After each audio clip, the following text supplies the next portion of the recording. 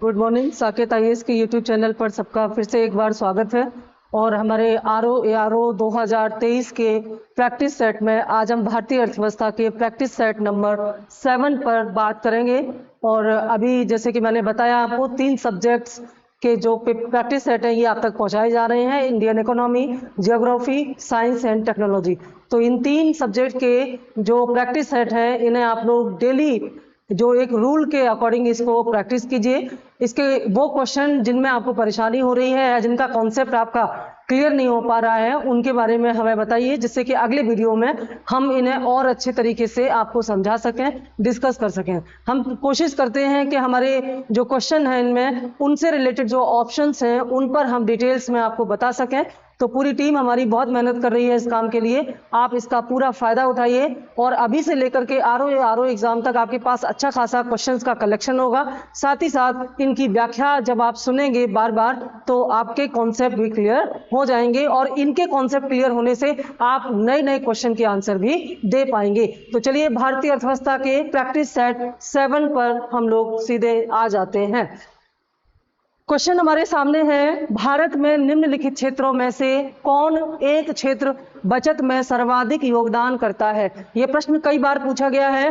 पहले जब भी आपके सामने प्रश्न आए प्रश्न को अच्छे से समझिए, बार बार उसको पढ़िए, जल्दबाजी मत कीजिए। बहुत जल्दी आंसर देना जरूरी नहीं है बल्कि सही आंसर देना जरूरी है। तो पूछ रहा है कि भारत में जो बचत होती है, यानी कि जो देश में जो बचत होती है उसमें सबसे ज्यादा हिस्सा इनमें से किस क्षेत्र का होता है। ए, बैंकिंग तथा वित्तीय क्षेत्र का, बी, निर्यात क्षेत्र का, सी, घरेलू क्षेत्र का, डी, निजी कॉरपोरेट क्षेत्र का। देखिए इसका आंसर होगा सी, घरेलू क्षेत्र का। घरेलू क्षेत्र से बचत का क्या मतलब है, ये पूछा जा रहा है कि प्रतिवर्ष देश में जो बचत होती है उसका सबसे बड़ा हिस्सा कहां से आता है। तो राइट आंसर है घरेलू क्षेत्र का।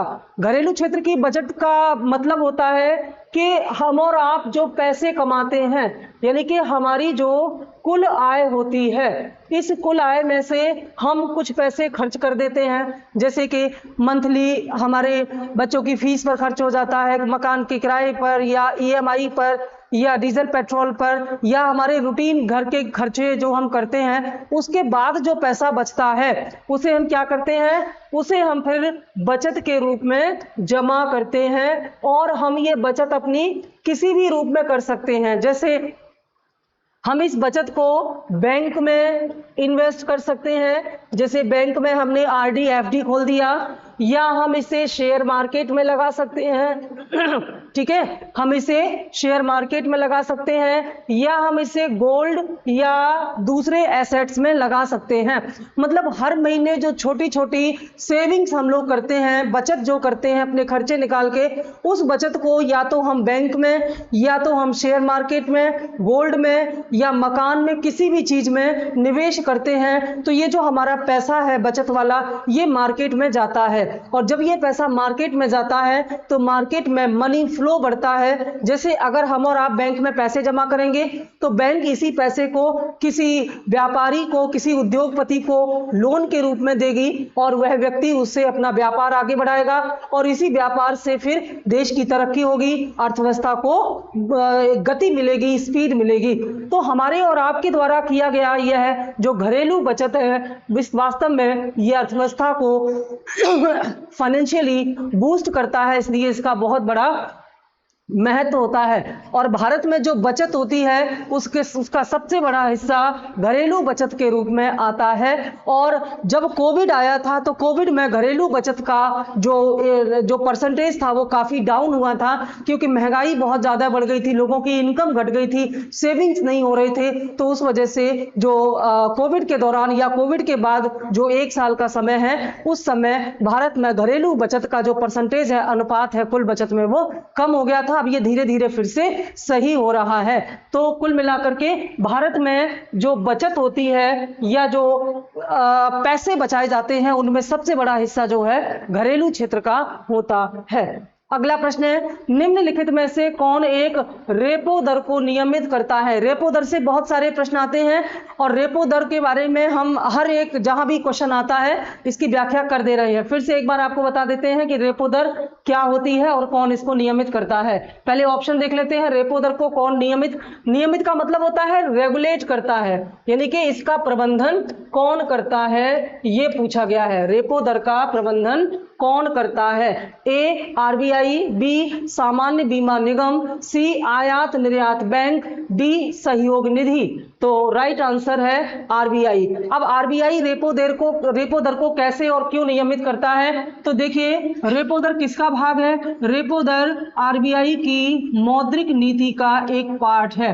मौद्रिक नीति क्या होती है? मौद्रिक नीति वह नीति होती है जो आरबीआई द्वारा निर्धारित की जाती है और इसमें आरबीआई अपनी ब्याज दरों को परिवर्तित करता है, जिससे बाजार में मुद्रा की मात्रा घटती और बढ़ती है और इसका प्रयोग आरबीआई बाजार में मंदी और स्फीति को बैलेंस करने के लिए करता है। यानी कि जब महंगाई बहुत ज्यादा हो जाती है और जब मंदी आ जाती है तो इन परिस्थितियों को बैलेंस करने के लिए आरबीआई जिस नीति का पालन करता है उसे कहा जाता है मौद्रिक नीति या मॉनेटरी पॉलिसी। इसी मौद्रिक नीति का भाग होता है रेपो दर। तो मौद्रिक नीति में क्या क्या होता है? मौद्रिक नीति में सीआरआर आता है, सीआरआर मतलब कैश रिजर्व रेशियो, और क्या आता है इसमें? एसएलआर आता है, स्टैट्यूटरी लिक्विडिटी रेशियो, और क्या आता है? बैंक रेट आता है, रेपो रेट आता है, रिवर्स रेपो रेट आता है, ठीक है।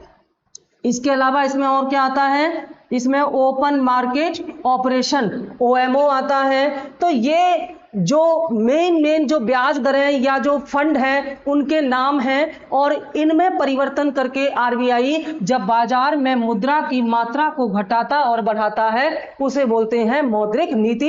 इन्हें मॉनेटरी पॉलिसी टूल्स भी कहते हैं। बहुत प्रश्न आते हैं, प्रश्न आता है कि मौद्रिक नीति के अंतर्गत कौन कौन से उपाय आते हैं या इनमें से कौन कौन से मौद्रिक नीति के भाग हैं, और मौद्रिक नीति का निर्धारण कौन करता है? आरबीआई करता है। जैसे जैसे बाजार में महंगाई के नंबर घटते और बढ़ते हैं, मुद्रास्फीति की परसेंटेज दर बाजार में आ जाती है, जिससे पता चलता है कि कीमतों में किस प्रकार का परिवर्तन हो रहा है। तो कीमतों में परिवर्तन के अनुसार ही आरबीआई अपनी मौद्रिक नीति में परिवर्तन करती है। तो इसी का एक भाग है रेपो रेट या रेपो दर। रेपो दर क्या होती है?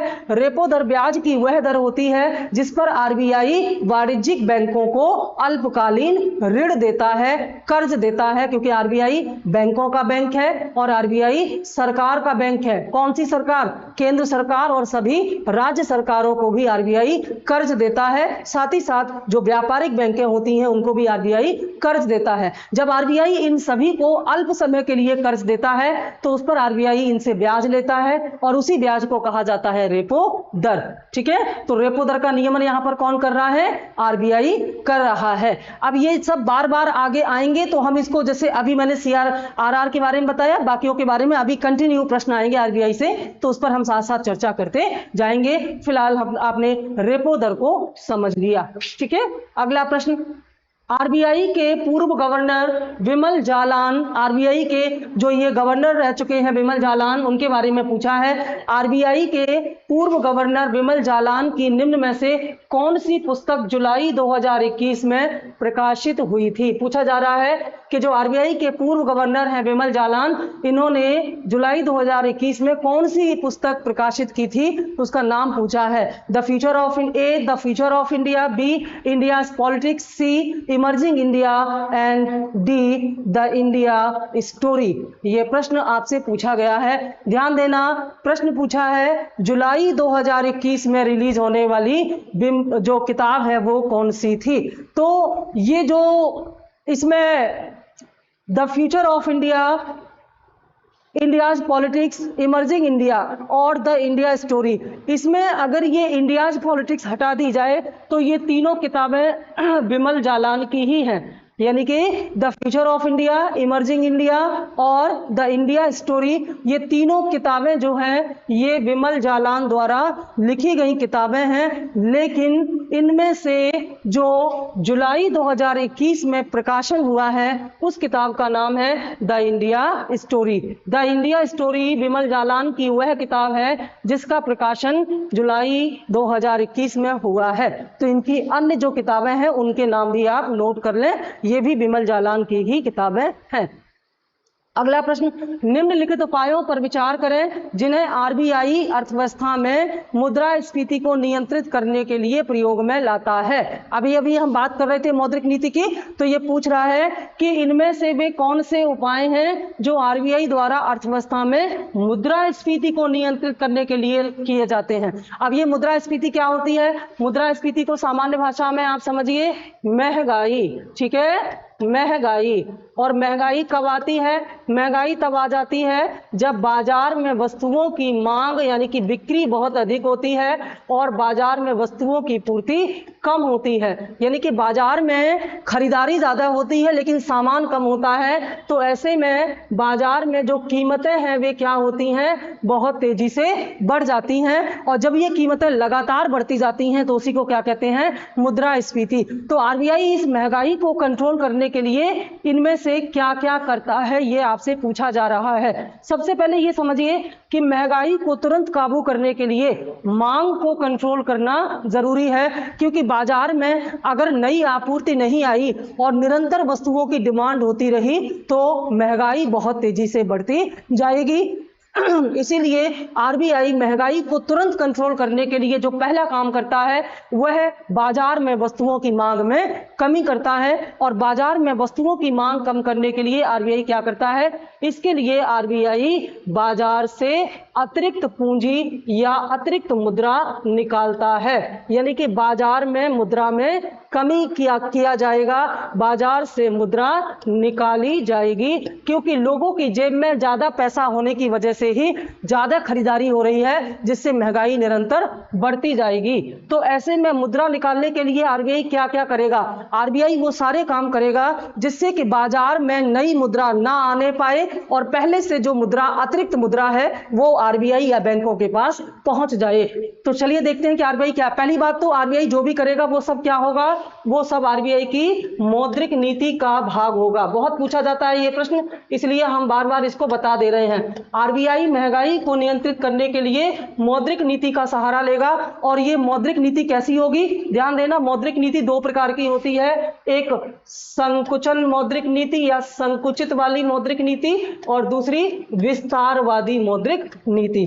तो जब बाजार में महंगाई बढ़ रही हो तो आरबीआई संकुचन वाली मौद्रिक नीति अपनाता है, यानी कि बाजार से मुद्रा की मात्रा को घटाता है। और जब बाजार में मंदी आती है तब आरबीआई विस्तारवादी मौद्रिक नीति को अपनाता है, यानी कि बाजार में नई मुद्रा का प्रवाह बढ़ा देता है। अब यहां पर आरबीआई ऐसे सभी कार्य करेगा जिनसे बाजार में मुद्रा की मात्रा धीमी हो जाए, मुद्रा का जो फ्लो है वो धीमा हो जाए। चलिए देखते हैं आरबीआई क्या क्या करेगा। कूट के आधार पर प्रश्न का उत्तर देना है। तो पहला है बैंक दर में वृद्धि, दूसरा नगद आरक्षित अनुपात में। अभी अभी मैंने आपको बताया था बैंक दर के बारे में। तो बैंक दर में वृद्धि कैसे करेगा? बैंक दर में क्या करेगा? सीआरआर में, ये सीआरआर है कैश रिजर्व रेशियो, सीआरआर में वृद्धि करेगा। सांविधिक तरलता अनुपात में वृद्धि, इसको एसएलआर बोलते हैं, तो एसएलआर में वृद्धि करेगा। सरकारी प्रतिभूतियों का क्रय, ये ओएमओ के अंतर्गत आएगा। ठीक है, आरबीआई द्वारा ये जो चार कार्य किए जा रहे हैं, इसको बैंक रेट, इसको कैश रिजर्व रेशियो, इसको स्टैट्यूटरी लिक्विडिटी रेशियो और ओपन मार्केट ऑपरेशन, तीन तरह के कार्य किए जाएंगे। लेकिन क्या घटाया जाएगा और क्या बढ़ाया जाएगा ये आपको बताना है। तो सबसे पहली बात, बैंक दर बढ़ा दी जाएगी। बिल्कुल सही बात है, क्योंकि बैंक दर बढ़ा करके बैंक दर जब बढ़ जाएंगे तो बैंकों के लिए आरबीआई से कर्ज लेना महंगा हो जाएगा। बैंक दर ब्याज की वह दर होती है जिस पर आरबीआई बैंकों को दीर्घकालीन कर्ज देता है। और जब बैंक दर बढ़ा दिया जाएगा तो बैंकों के लिए आरबीआई से कर्ज लेना महंगा हो जाएगा। और जब बैंक महंगा कर्ज लेंगे तो जनता को भी महंगा कर्ज मिलेगा। इससे जनता ज्यादा लोन लेकर के ज्यादा खर्च नहीं कर पाएगी और महंगाई काबू में आ जाएगी। तो पहला वाला बिल्कुल सही है, बैंक दर में वृद्धि करेगा आरबीआई। दूसरा है सीआरआर में वृद्धि करेगा क्या, चलिए देख लेते हैं सीआरआर क्या है। सीआरआर बैंकों के पास जमा राशि का वह धन है जिसे बैंक आरबीआई के पास नगद रूप में रखते हैं सुरक्षा के लिए। तो जब आरबीआई सीआरआर की दर बढ़ा देता है, यानी कि अगर आरबीआई ये कहे कि अब बैंक को 4% से बढ़ा करके 6% सीआरआर आरबीआई के पास रखना होगा, तो इसका मतलब यह होगा कि बैंक ज्यादा नकदी आरबीआई के पास रखेंगे, तो बैंकों के पास कम नकदी बचेगा और जनता को कम नकदी मिलेगा, तो बाजार में मुद्रा का फ्लो धीमा हो जाएगा और महंगाई काबू में आ जाएगी। तो सीआरआर में वृद्धि का भी उपाय बिल्कुल सही है। तीसरा क्या है, सांविधिक तरलता अनुपात में वृद्धि, ये भी बिल्कुल सही है। एसएलआर क्या है, बैंकों के पास जो शुद्ध जमाएं हैं उनका कुछ भाग बैंक अपने पास नकदी और गोल्ड सोने के रूप में रिजर्व रखते हैं, उसे हम एसएलआर बोलते हैं। अगर आरबीआई चाहे तो एसएलआर को बढ़ा सकता है, चाहे तो घटा सकता है। मान लीजिए अभी तक बैंक अपने पास 10% रिजर्व रखते थे, अब आरबीआई ने उसको बढ़ा करके 15% रख दिया, तो बैंकों के पास जब ज्यादा रिजर्व रखा जाएगा तो बैंकों के पास जनता को कर्ज देने के लिए नकदी कम बचेगी और ऐसी स्थिति में बाजार में मुद्रा का फ्लो धीमा हो जाएगा। तो ये जो तीनों पॉइंट हैं, इनमें वृद्धि करके आरबीआई बाजार में मुद्रा की मात्रा को संकुचित करेगा और महंगाई को काबू में करेगा। लेकिन सरकारी प्रतिभूतियों का क्रय करना यह गलत प्रतीत होता है, क्योंकि सरकारी ओएमओ में क्या करता है आरबीआई, ओएमओ में आरबीआई जो है वो सरकारी जो शेयर होते हैं, जो बॉन्ड होते हैं या प्रतिभूतियां होती हैं, इन्हें जनता को बेचता और खरीदता है। जब जनता आरबीआई के इन बॉन्ड को खरीदती है तो जनता का पैसा आरबीआई के पास आ जाता है और अब आरबीआई इनके बॉन्ड इन्हें वापस करती है तो यह पैसा वापस जनता के पास आ जाता है। अब इस समय क्योंकि महंगाई बहुत ज्यादा हो रही है, मुद्रास्फीति को नियंत्रित करने से प्रश्न आया हुआ है, तो इस कंडीशन में आरबीआई को यह चाहिए कि जनता का पैसा आरबीआई के पास जाए, जिससे कि बाजार में मांग का स्तर कम हो जाए। तो सरकारी प्रतिभूतियों का क्रय अगर करेगा आरबीआई, जब आरबीआई जनता से बॉन्ड वापस खरीदेगा तो ऐसे में तो पैसे वापस जनता की जेब में आ जाएंगे, इससे तो मुद्रास्फीति घटेगी नहीं और ज्यादा बढ़ जाएगी। तो ये कथन गलत है। अगर यहां पर यह होता कि सरकारी प्रतिभूतियों का विक्रय किया जाएगा तो यह सही होता। तो हमारे ये तीनों सही है, चौथा गलत है। चलिए हम ऑप्शन देखते हैं। ऑप्शन ए केवल 1 और 2 सही है, ऑप्शन बी केवल 1, 2, 3 सही है। यही है आपका राइट आंसर, ऑप्शन बी। बहुत कठिन प्रश्न माने जाते हैं और इन्हीं तरह के कठिन प्रश्नों के उत्तर देने वाले बच्चे क्वालिफाई करते हैं। तो केवल 1, 2, 3 सही है, चौथा गलत है, क्योंकि इसके करने से तो महंगाई और ज्यादा बढ़ जाएगी, बल्कि जो ऊपर तीनों उपाय हैं इनको करने से बाजार में अतिरिक्त मुद्रा में कमी आएगी और महंगाई कंट्रोल में आ जाएगी। अगला प्रश्न, इनमें से कौन सा कथन सही नहीं है? मैंने आपको कई बार बताया है। सबसे पहले यहां पर अंडरलाइन कीजिए, क्या पूछा है, सही है या सही नहीं है। तो प्रश्न में पूछा है सही नहीं है। 4 बातें लिखी हुई हैं, इनमें से कौन सा एक गलत है। ए, आरबीआई देश का केंद्रीय बैंक है, बिल्कुल सही है। आरबीआई केंद्रीय बैंक क्यों है? क्योंकि जितने भी बैंक हैं देश में, चाहे वो सरकारी बैंक हो, प्राइवेट बैंक हो, चाहे भारत में विदेशी बैंक हो, इन सभी बैंकों का नियंत्रण आरबीआई के पास रहता है और आरबीआई इन सभी बैंकों का बैंक होता है, इसलिए पहला सही है। लेकिन आपको तो ये बताना है कौन सा सही नहीं है। बी, आरबीआई राज्य सरकारों का बैंकर है, बिल्कुल सही बात है। आरबीआई सभी बैंकों का बैंक है, आरबीआई केंद्र सरकार का बैंक है और आरबीआई सभी राज्य सरकारों का भी बैंक है। सी, आरबीआई देश के विदेशी विनिमय निधि का संरक्षण करता है, बिल्कुल सही बात है। आरबीआई के पास भारत के विदेशी मुद्रा भंडार होते हैं और आरबीआई भारत के विदेशी मुद्रा भंडार की सिक्योरिटी या संरक्षण का काम करता है। डी, आरबीआई की स्थापना 1949 में हुई थी, ये कथन गलत है या सही नहीं है, इसलिए यह उत्तर सही है। आरबीआई की स्थापना 1949 में नहीं हुई थी, बल्कि आरबीआई की स्थापना एक अधिनियम के आधार पर हुई थी। देखिए, आरबीआई की स्थापना सर ओसबॉर्न कमेटी की सिफारिश पर हुई थी। ये एक अंग्रेज था, सर ओसबॉर्न कमेटी की सिफारिश पर हुई थी और इनकी सिफारिश पर पहले संसद में एक अधिनियम पारित किया गया। वो अधिनियम कब पारित किया गया? उस अधिनियम का नाम था आरबीआई एक्ट 1934। तो आरबीआई एक्ट 1934 जब संसद में पारित किया गया तो इसी अधिनियम के आधार पर 1 अप्रैल अप्रैल 1935 को आरबीआई की स्थापना की गई। यहां पर 1949 लिखा है, ये गलत है। आरबीआई की स्थापना कब हुई है? 1 अप्रैल 1935 को हुई है। 1 जनवरी इसको समझिए, 1 जनवरी 1949 को आरबीआई का राष्ट्रीयकरण किया गया है। राष्ट्रीयकरण का मतलब क्या है? आरबीआई जब बना तो प्राइवेट लोगों के हाथ में था। जब भारत आजाद हुआ तो आजादी के बाद जनवरी 1949 में भारत सरकार ने आरबीआई को पूरी तरह खरीद लिया और ये पूरी तरह से भारत सरकार के कंट्रोल में आ गया। इसलिए आरबीआई का जो राष्ट्रीयकरण हुआ है वह 1949 में हुआ है। तो इस प्रश्न का जो उत्तर होगा वो होगा डी। अगला प्रश्न, निम्नलिखित में से कौन एक संख्या विदेशी वाणिज्यिक उधारी को नियमित करता है? कौन सी एक संस्था? यहां पर होगा कौन सी एक संस्था। निम्न में से कौन सी एक संस्था विदेशी वाणिज्यिक उधारी को नियमित करती है? यानी कि इनमें से कौन सी एक संस्था है जो विदेशों से ली जाने वाली उधारियों को नियंत्रित करता है? कौन लेता है विदेशों से उधार? विदेशों से उधार लेती है केंद्र सरकार और राज्य सरकारें। तो केंद्र और राज्य सरकारों द्वारा दूसरे देशों से या अंतरराष्ट्रीय संस्थाओं से जो उधार या ऋण लिया जाता है उसका प्रबंधन कौन करता है? बहुत प्रश्न आता है ये वाला। उनका प्रबंधन करने वाली संस्था कौन है? ए सेबी, बी वित्त मंत्रालय, सी वाणिज्य मंत्रालय, डी भारतीय रिजर्व बैंक। सही उत्तर है भारतीय रिजर्व बैंक। ध्यान दीजिएगा, भारत में जितना भी पैसा बाहर से आता है, क्रॉस कंट्री जितना भी पैसा आता है या जाता है, इसका पूरा हिसाब किताब आरबीआई के पास होता है, फिर चाहे यह सरकार के कर्ज के रूप में ही क्यों ना आए। तो ये इस पर दिया हुआ है। इसमें अगर हम बात करें सेबी क्या है, तो सेबी शेयर बाजार को नियमित करने वाली एक संस्था है। Security exchange board of India, ये भारत के पूरे शेयर बाजार को रेगुलेट करती है, उसका प्रबंधन करती है।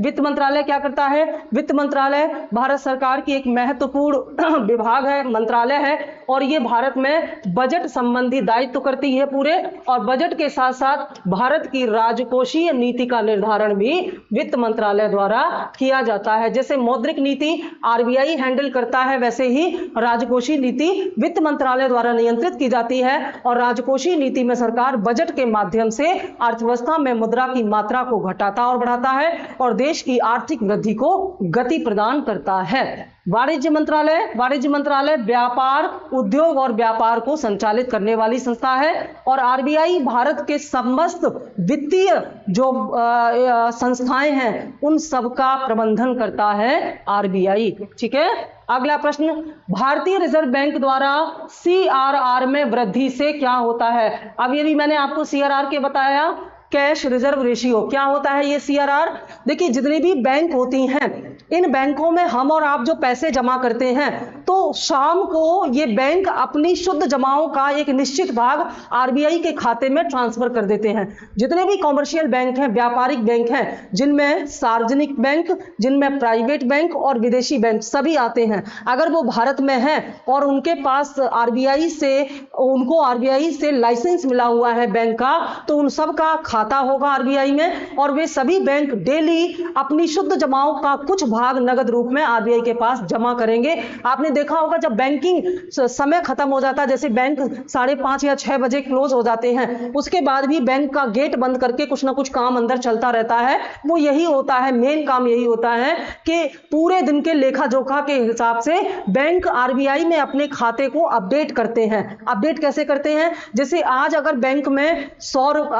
बैंक में 500 रुपए जमा हुए और बैंक में 200 रुपए निकाले गए, ठीक है, 500 रुपए जमा हुए और 200 रुपए निकाले गए, तो बैंकों की शुद्ध जमा कितनी होगी? 300 रुपए।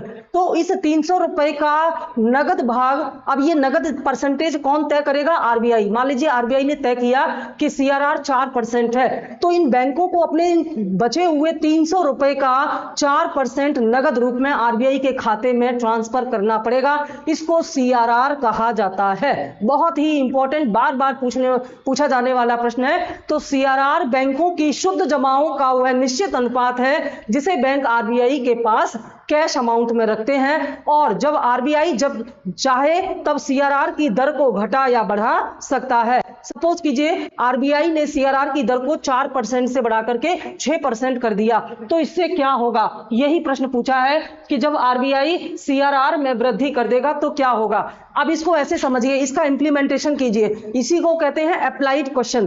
अब यहां पर आपसे पूछ रहा है कि आरबीआई ने अगर सीआरआर बढ़ा दिया तो क्या होगा। इसको ऑप्शन देखने से पहले आप आपका कॉन्सेप्ट क्लियर कीजिए कि अगर आरबीआई सीआरआर बढ़ा देगा तो बैंकों को आरबीआई के पास ज्यादा नकदी रखनी पड़ेगी, और जब बैंक ज्यादा नकदी रखेंगे तो बैंकों के पास व्यापार करने के लिए कम नकदी होगी। अब उससे क्या फर्क पड़ेगा, ये ऑप्शन में देखिए। ए, सरकार के ऋण में कमी आएगी। बी, अर्थव्यवस्था में मौद्रिक तरलता में कमी आएगी। सी, देश में अधिक प्रत्यक्ष पूंजी निवेश आएगा। डी, वांछित क्षेत्र में ऋण प्रवाह बढ़ जाएगा।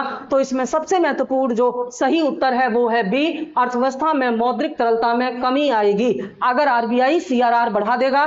जैसे आरबीआई ने अगर सीआरआर को 4% से बढ़ाकर के 6% कर दिया, तो इसका मतलब है कि बैंकों की शुद्ध जमाएं अगर 300 रुपए हैं तो बैंक पहले 300 रुपए का 4% रखता था। कितना हो गया? 300 रुपए का 4% कितना हो गया? 300 रुपए का 4% हो गया 12 रुपए। तो आरबीआई पहले 12 रुपए, बैंक पहले 12 रुपए की नकदी आरबीआई के अकाउंट में ट्रांसफर कर देता था जब बैंक की शुद्ध जमाएं 300 रुपए थी और सीआरआर 4% था। अब आरबीआई ने सीआरआर को बढ़ा करके 6% रख दिया। अब बैंक कितना पैसा आरबीआई के पास कैश रखेंगे सीआरआर के रूप में? तो कितना हो गया? 18 रुपए। अब बैंक 18 रुपए जो है वो नकदी के रूप में रखेंगे। तो बैंकों को अब पहले से 6 रुपया ज्यादा रखना पड़ेगा। तो बैंकों के पास व्यापार करने के लिए कम पैसा होगा। जब बैंक के पास कम पैसा होगा तो जितने भी व्यापारी हैं, ग्राहक हैं, जो बैंक से लोन लेकर के खरीदारी करते हैं, उत्पादन करते हैं, व्यापार करते हैं, अब उनको बैंक से कम मात्रा में लोन मिलेगा या महंगा मिलेगा। ऐसी स्थिति में अर्थव्यवस्था में मुद्रा की तरलता में कमी आ जाएगी। और यह कार्य आरबीआई कब करेगा? यह आरबीआई तब करेगा जब बाजार में मुद्रास्फीति बढ़ रही हो। मुद्रास्फीति को नियंत्रित करने के लिए आरबीआई सीआरआर में वृद्धि करेगा। बहुत महत्वपूर्ण है। इसे आरबीआई की संकुचनवादी मौद्रिक नीति कहेंगे। ठीक है। आरबीआई का मुख्यालय कहां पर स्थित है? ए, दिल्ली, बी, कोलकाता, सी, मुंबई, डी, चेन्नई। देखिए, वर्तमान में आरबीआई का मुख्यालय मुंबई में स्थित है। आरबीआई जब बना था 1935 में, तो 1935 से 1937 तक आरबीआई का मुख्यालय कलकत्ता में था। तब का कलकत्ता, आज का कोलकाता। ठीक है, उस समय आरबीआई का मुख्यालय कलकत्ता था। 1937 से लेकर के वर्तमान समय तक आरबीआई का मुख्यालय जो है वो मुंबई में है। ये मुंबई में ट्रांसफर कर दिया गया था। तो वर्तमान संदर्भ में आरबीआई का मुख्यालय मुंबई है। अगर आपसे पूछा जाए कि जब आरबीआई की स्थापना हुई या 1937 से पहले तक आरबीआई का मुख्यालय कहां था, तो उत्तर हो जाएगा कोलकाता। इस तरह से ऑप्शन देखेंगे, जल्दबाजी नहीं करेंगे। आप देखिएगा, अगर आप इतनी बारीकी के साथ ये सारे प्रैक्टिस सेट हमारे सभी सब्जेक्ट के जीएस में सॉल्व कर लेते हैं, तो आप अपने जो आपकी जो प्रैक्टिस है, जो एग्जाम है, उसमें एक रेवोल्यूशनरी चेंज आप देखेंगे। बहुत बड़ा फायदा आप तक पहुंचाया जा रहा है, वो भी फ्री ऑफ कास्ट। कुछ नहीं लिया जा रहा है आपसे, बस लिया जा रहा है क्या? इसको ज्यादा से ज्यादा लोगों में शेयर करें ताकि हम और लंबे समय तक और ज्यादा से ज्यादा प्रैक्टिस सेट आप तक पहुंचाने के लिए प्रेरित हो। तो इसको शेयर करें। और जो लोग अभी तक केवल इसको रीड करके छोड़ देते हैं, उन्होंने हमारे चैनल को सब्सक्राइब नहीं किया है, वे प्लीज अपने हमारे चैनल को सब्सक्राइब भी करें और अपने फ्रेंड्स को भी ऐसा करने के लिए प्रेरित करें। तो यही हमारी आपसे फीस होगी, जिसमें आपका कुछ भी नहीं जाने वाला है। अगला क्वेश्चन, भारतीय रिजर्व बैंक के ओपन मार्केट ऑपरेशन, अभी मैंने आपको बताया था ओपन मार्केट ऑपरेशन। इसे ओपन मार्केट ऑपरेशन क्यों कहा जाता है? क्योंकि इसमें आरबीआई सीधे बाजार से कनेक्ट होता है। आरबीआई बैंकों के माध्यम से जनता को बॉन्ड या शेयर बेचता और उनसे खरीदता है। तो सीधे बाजार से कनेक्ट होने के कारण इसे ओपन मार्केट ऑपरेशन, शॉर्ट में इसको ओएमओ कहते हैं। इस तरह भी प्रश्न में आता है। तो आरबीआई ओपन मार्केट ऑपरेशन से क्या आशय है, यानी कि आरबीआई के ओएमओ से क्या तात्पर्य है? ए, सिक्योरिटीज में व्यापार करना। बी, विदेशी मुद्रा की नीलामी करना। सी, सोने का व्यापार करना। डी, इनमें से कोई नहीं। अब आप इतना समझ चुके हो कि आपको देखते ही समझ में आ गया कि ओएमओ का मतलब है सिक्योरिटी में व्यापार करना। सिक्योरिटी को क्या बोलते हैं? सिक्योरिटी को हिंदी में प्रतिभूति या इसको शेयर भी बोलते हैं या इसको बॉन्ड भी आप कह सकते हैं। ये बॉन्ड्स कैसे होते हैं? ये बॉन्ड्स वो होते हैं जिनके पीछे सरकार की गारंटी होती है। तो सरकार की गारंटी या विश्वास होने के कारण जनता इन पर भरोसा करती है और जनता इन बॉन्ड को खरीदती है बैंक से।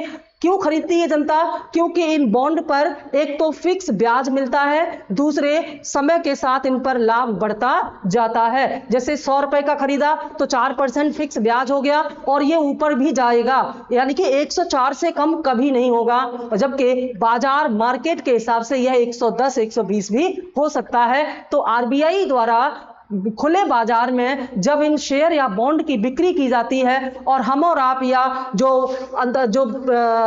इंडस्ट्रियल जो औद्योगिक घराने हैं, जब ये इन बॉन्ड को खरीदते हैं तो हमारा पैसा आरबीआई के पास पहुंच जाता है और जब आरबीआई हमसे इन्हें वापस लेता है, हमें पैसे वापस करता है, तो हमारी जेब में पैसा आता है। यानी कि आरबीआई द्वारा ओएमओ के तहत जब सिक्योरिटीज या प्रतिभूतियों का क्रय विक्रय किया जाता है तो इससे बाजार में मुद्रा का फ्लो घटता और बढ़ता है। तो प्रश्न पूछा है कि ओपन मार्केट ऑपरेशन से क्या आशय है? राइट आंसर है इसके अंतर्गत सिक्योरिटी में आरबीआई व्यापार करता है।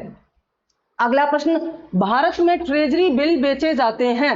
देखिए, मैंने आपको बताया था कि आरबीआई सरकार का बैंक भी है, चाहे केंद्र सरकार हो या राज्य सरकार हो। तो केंद्र सरकार और राज्य सरकारें जब आरबीआई से ऋण लेती हैं तो उनकी ऋण उधारियों का एक रूप ट्रेजरी बिल के रूप में भी होता है। इन ट्रेजरी बिल को आरबीआई द्वारा जारी किया जाता है सरकार की गारंटी पर और ये ट्रेजरी बिल पब्लिक में बेचने के लिए रखे जाते हैं। इन्हें बैंक खरीदते हैं, इन्हें जो औद्योगिक घराने हैं वे खरीदते हैं, वित्तीय संस्थान खरीदते हैं और जब ये सारे संस्थान इन ट्रेजरी बिल को खरीदते, ट्रेजरी बिल एक प्रकार की रसीद होते हैं, इनसे अल्पकालीन पैसा मिलता है, यानी कि अल्प समय के लिए अगर आप इनमें निवेश करना चाहते हैं तो आप ट्रेजरी बिल खरीद सकते हैं और इन ट्रेजरी बिल की बिक्री से जो पैसा आता है उस पैसे को आरबीआई सरकार के लिए ऋण देने के रूप में इस्तेमाल करती है। यानी कि ट्रेजरी बिल्स जो होते हैं ये सरकार की उधारियों का ही एक भाग होते हैं। तो पूछा है कि भारत में ट्रेजरी बिल बेचे जाते हैं, ए आरबीआई द्वारा, बी राज्य सरकारों द्वारा, सी व्यापारिक बैंकों द्वारा,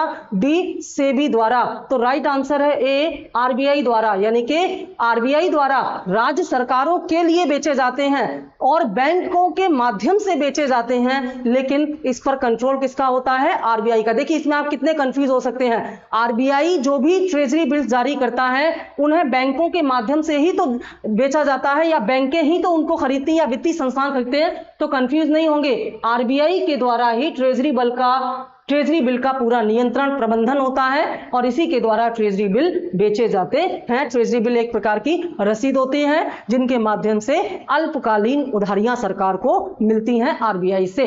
निम्न में से कौन सा एक भारतीय रिजर्व बैंक का कार्य नहीं है? ठीक है, जो आरबीआई बना था तो आरबीआई बनने के लिए एक अधिनियम पारित किया गया था, आरबीआई एक्ट 1934। तो अगर आपसे प्रश्न पूछा जाए कि आरबीआई की स्थापना कैसे हुई थी, तो आरबीआई की स्थापना एक संसदीय अधिनियम के द्वारा हुई थी। कौन सी कमेटी ने सिफारिश की थी? ओसबॉर्न कमेटी, अंग्रेज था एक, उसकी सिफारिश पर यह अधिनियम बना। इस अधिनियम में जो कानून दर्ज है उसी कानून के अनुसार आरबीआई कार्य करता है। तो इनमें से कौन सा एक कार्य है जो आरबीआई नहीं करता? फिर से यहां क्या करना है? नहीं शब्द को अंडरलाइन कर लेना है। इनमें से 3 कार्य ऐसे हैं जो आरबीआई करता है, लेकिन एक कार्य ऐसा है जो आरबीआई नहीं करता। ए साख नियंत्रण। साख नियंत्रण क्या होता है? अभी अभी मैंने बताया, बाजार में मुद्रा की मात्रा को घटाना और बढ़ाना, इसी को साख नियंत्रण कहते हैं। तो ये तो आरबीआई करता है। किसके द्वारा करता है? मौद्रिक नीति के द्वारा। अभी अभी आपने पढ़ा। ये तुम्हारा हमें बताना है क्या नहीं करता। बी अनुसूचित वाणिज्यिक बैंकों के शिखर संस्था के रूप में, बिल्कुल सही है, ये भी सही है, क्योंकि जितने भी बैंक हैं, अनुसूचित व्यापारिक बैंक या अन्य वित्तीय संस्थान, इन सब का बैंक और देश का सबसे बड़ा बैंक जो है वो आरबीआई है, ये भी सही है। मौद्रिक नीति का निर्माण, ये तो हम बहुत देर से सुन रहे हैं, मौद्रिक नीति का निर्माण जो है आरबीआई करता है, ये भी सही है। हमें बताना है क्या नहीं करता, तो हमारा राइट आंसर आ गया साख सृजन नहीं करता। क्रेडिट क्रिएशन करना यह आरबीआई का कार्य नहीं है, बल्कि यह कार्य व्यापारिक बैंकों का है। अब ये साख सृजन होता क्या है? साख सृजन का मतलब होता है जनता जनता को उधार देना, चाहे नगद रूप में या क्रेडिट कार्ड के रूप में, जनता बैंकों से उधार लेती है, ना कि आरबीआई से, क्योंकि आरबीआई जनता का बैंक नहीं है, आरबीआई बैंकों का बैंक है और सरकार का बैंक है। यानी कि आरबीआई सरकार को उधार देता है, आरबीआई बैंकों को उधार देता है, लेकिन आरबीआई जनता को उधार नहीं देता। अगर आपको कोई सामान खरीदना है, घर मकान गाड़ी खरीदनी है, तो आप बैंक के पास लोन लेने जाएंगे, और आप जब बैंक से लोन लेंगे तो आपके पास मुद्रा आएगी और उस मुद्रा से आप सामान खरीदेंगे। तो आरबीआई, तो बैंक ने क्या किया, साख का सृजन किया। ध्यान देना, आरबीआई साख का नियंत्रण करता है और वाणिज्यिक बैंक साख का सृजन करते हैं। साख सृजन को साख निर्माण भी कह सकते हैं, और साख निर्माण का मतलब है लोगों को, आम जनता को उधारियां देना, चाहे वो क्रेडिट कार्ड के रूप में हो या डायरेक्ट उधार के रूप में दिया जाए। बहुत बढ़िया प्रश्न है, बार बार पूछा जाता है। अगला प्रश्न, रिजर्व बैंक के उस गवर्नर का नाम बताइए जो वित्त मंत्री भी रह चुके हैं। ठीक है, इनमें से कौन से एक ऐसे गवर्नर हैं, वीडियो पड़ा हुआ है आपका साकेत आईएएस पर, पूरा आरबीआई की स्थापना, आरबीआई के गवर्नर, उसके कार्य, पूरा वीडियो पड़ा हुआ है, इसको जरूर देखिएगा, बहुत प्रश्न आते हैं आरबीआई से। तो आरबीआई के उस गवर्नर का नाम बताइए जो वित्त मंत्री भी रह चुका है। A H M. Patel, B C D. Deshmukh, C Subramaniam और डी सचिन चौधरी। तो right answer is B, C D. Deshmukh. C D. Deshmukh के बारे में और क्या क्या आपको जानना है? सी.डी. देशमुख देश के जो प्रथम भारतीय गवर्नर थे आरबीआई के, यानी कि आरबीआई का जो प्रथम भारतीय गवर्नर था वो कौन था? सी.डी. देशमुख थे। और सी.डी. देशमुख भारत के तीसरे वित्त मंत्री भी नियुक्त हुए थे। तो ये भारत के पहले भारतीय, आरबीआई के पहले भारतीय गवर्नर भी थे और ये वित्त मंत्री भी रह चुके थे। बहुत इंपॉर्टेंट है ये, इसको ध्यान में रखेंगे। अगला प्रश्न, निम्न में से रिजर्व बैंक ऑफ इंडिया द्वारा नोट निर्गमन की किस पद्धति का अनुसरण किया जाता है? ये आरबीआई के कार्यों से प्रश्न बैक टू बैक आ रहे हैं, यानी कि आरबीआई के जो बहुत महत्वपूर्ण कार्य हैं उनमें से एक कार्य ये है करेंसी छापना, नोट छापना। तो आरबीआई जब नोट छापते हैं तो उसमें कौन से सिद्धांत का पालन किया जाता है, ये पूछा है। ए आनुपातिक कोष प्रणाली, बी न्यूनतम कोष पद्धति, सी निश्चित विश्वसर्जित पद्धति और डी इनमें से कोई नहीं। तो पहले सही उत्तर जान लेते हैं। सही उत्तर है बी, न्यूनतम कोष पद्धति। अब न्यूनतम कोष पद्धति क्या होता है इसको समझिए। देखिए, दो पद्धति यहां पर होती हैं नोट छापने की। पहली होती है न्यूनतम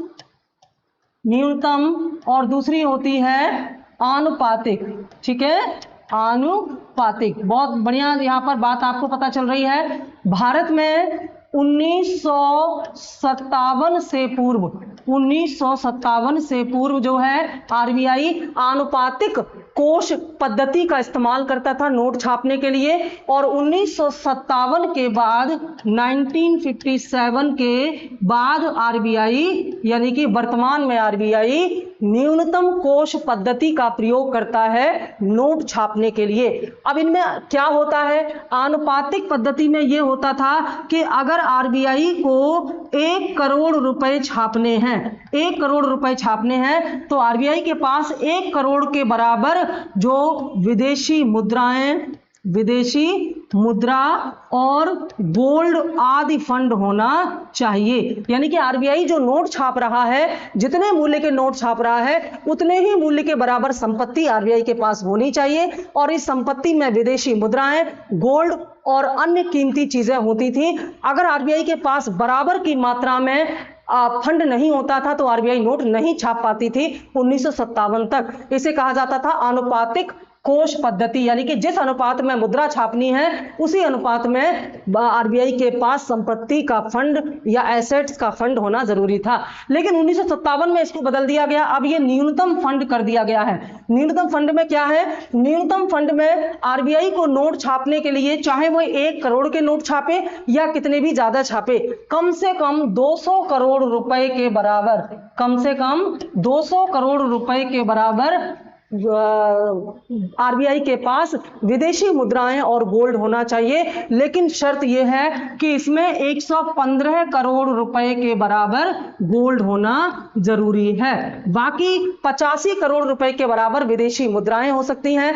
जैसे विदेशी मुद्राओं में मुख्य मुद्राएं जैसे अमेरिकी मुद्रा डॉलर, जैसे कि आपका जापानी मुद्रा येन, जैसे ब्रिटिश मुद्रा पाउंड स्टर्लिंग और यूरो आदि महत्वपूर्ण मुद्राओं में आरबीआई अपने पास नकदी रख सकता है। अगर आरबीआई के पास 200 करोड़ रुपए का न्यूनतम कोष भी नहीं है तो आरबीआई नोट नहीं छाप सकता। ये आज की स्थिति है, नोट छापने का सिद्धांत है। तो राइट आंसर है हमारा न्यूनतम कोष पद्धति के सिद्धांत का पालन करते हुए आरबीआई नई करेंसी या नोट छाप सकता है।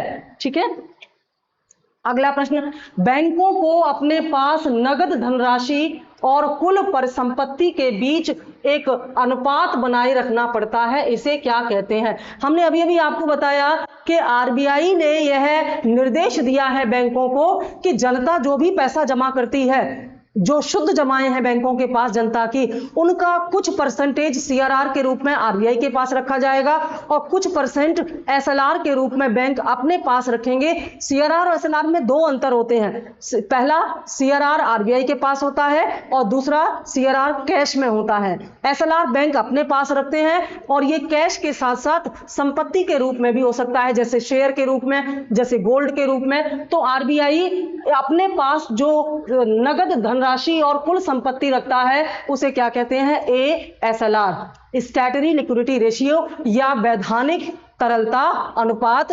वह मुद्रा है या संपत्ति है जो आरबीआई, जो बैंक अपने पास रखते हैं। ध्यान रहे, इस एसएलआर के रूप में रखी गई संपत्ति का इस्तेमाल बैंक व्यापार के लिए नहीं कर सकते।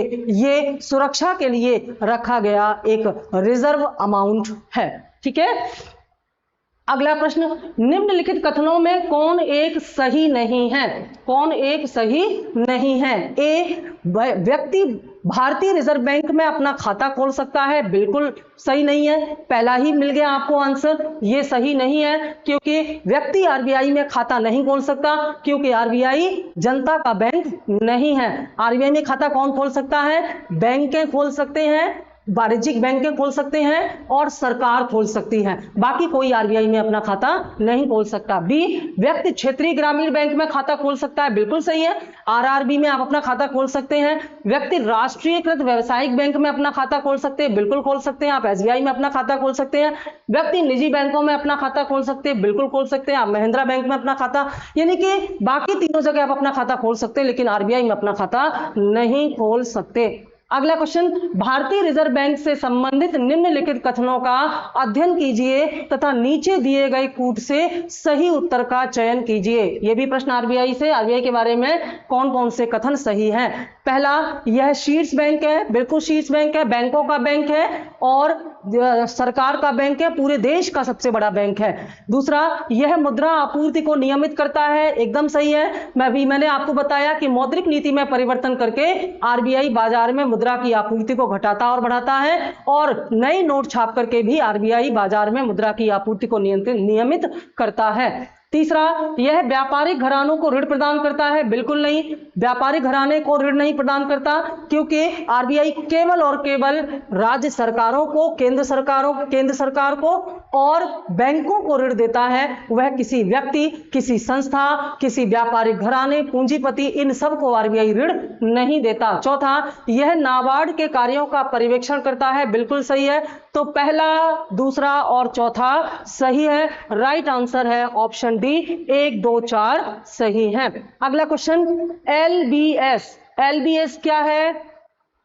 एलबीएस है लीड बैंकिंग स्कीम, अग्रणी बैंक योजना दिया हुआ है। अग्रणी बैंक योजना या लीड बैंक स्कीम एक वित्तीय समावेशन के लिए भारत सरकार द्वारा उठाए गए आर्थिक उपायों में से एक है। इस परिप्रेक्ष्य में एलबीएस क्या है? तो हमारे सामने उत्तर तो पहले ही स्पष्ट हो गया कि एलबीएस अग्रणी बैंकिंग योजना है। अग्रणी मतलब लीड, तो लीड बैंकिंग योजना ये कब शुरू की गई थी? ये नारीमन कमेटी की सिफारिश पर 1969 में शुरू की गई थी।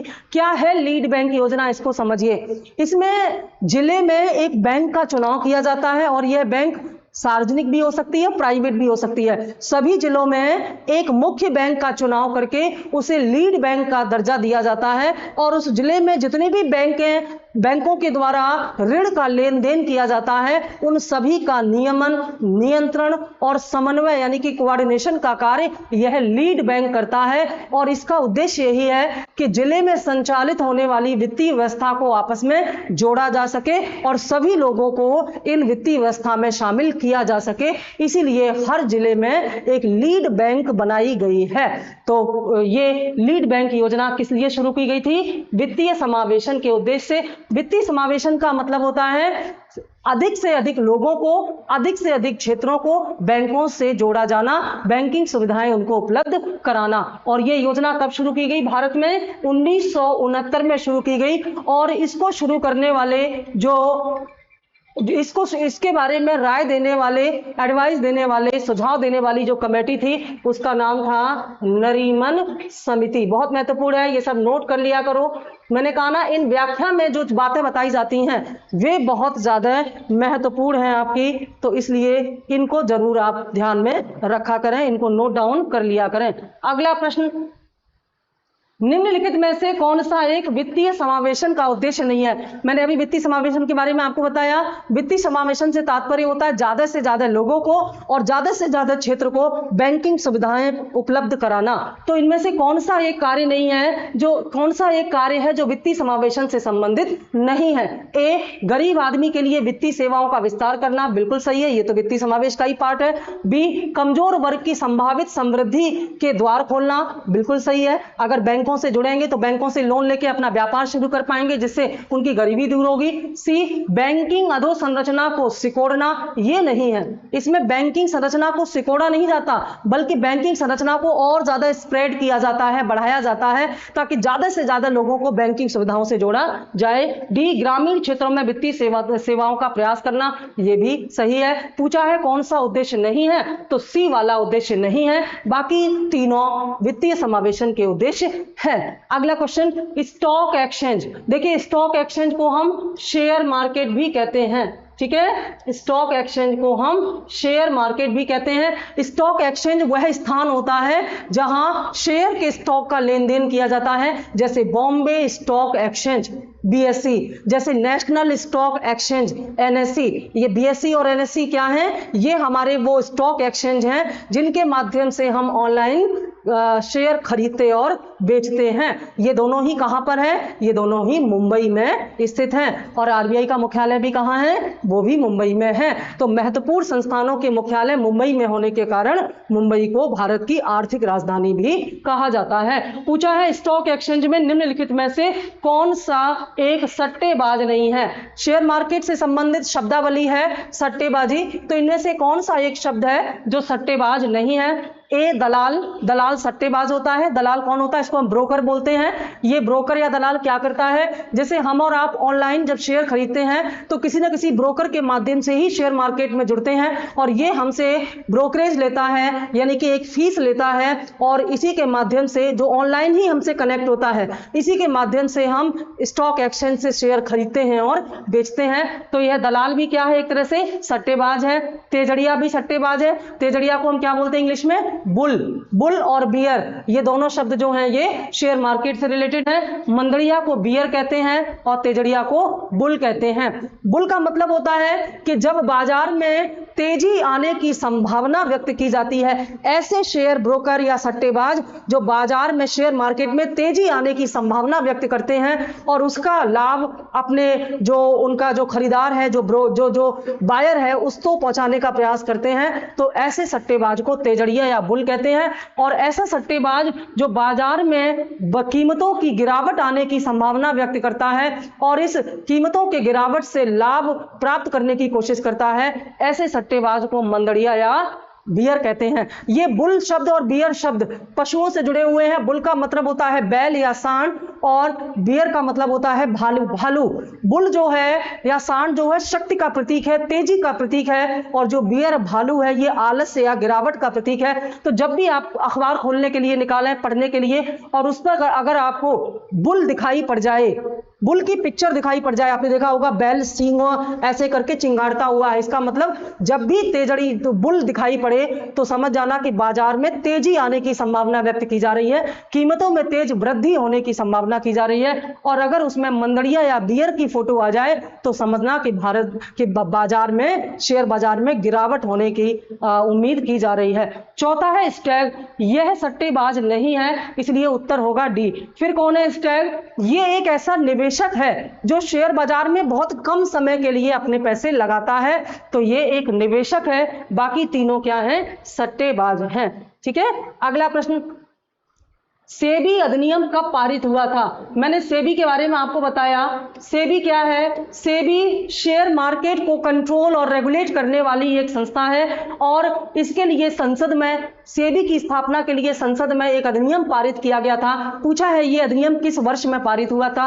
ए 1956, B 1962, C 1992, D 2013। Right answer is 1992, यानी कि 1992 में सेबी अधिनियम पारित हुआ था और इसी सेबी अधिनियम के द्वारा सेबी का संचालन होता है और यह पूरे शेयर मार्केट को कंट्रोल करता है। और सेबी की सबसे बड़ी जिम्मेदारी यह है कि जो निवेशक, जो हम और आप शेयर मार्केट में कंपनियों के शेयर खरीदते हैं, अपना पैसा लगाते हैं, उसकी सुरक्षा की गारंटी लेना, और जो कंपनियां शेयर माध्यम के द्वारा अपने शेयर बेचती हैं उन पर निगरानी रखना, कहीं कोई फ्रॉड तो नहीं कर रहा है, कोई जोखिम तो नहीं, कोई धोखा तो नहीं कर रहा है। इस पूरे सिस्टम की, शेयर मार्केट की पूरी निगरानी जो है सेबी करता है। शेयर मार्केट को एक और नाम से जाना जाता है पूंजी बाजार, कैपिटल मार्केट। तो कभी भी पूछा जाए कि भारत के पूंजी बाजार की जो प्रबंधन है, रेगुलेशन है, ये कौन करता है, तो वो सेबी करता है। और सेबी किसके द्वारा बनाया गया? 1992 अधिनियम या एक्ट के द्वारा सेबी की स्थापना हुई। तो ये थे हमारे 20 क्वेश्चन का पूरा एक सेट, और इसमें मैंने पूरा प्रयास किया कि आपको पूरी व्याख्या के साथ दिया जाए, और मुझे पूरी उम्मीद है कि आप इसका बहुत ज्यादा फायदा उठाने वाले हैं और इन 20 क्वेश्चन की व्याख्या से आप और नए क्वेश्चन का आंसर दे पाएंगे। Thank you.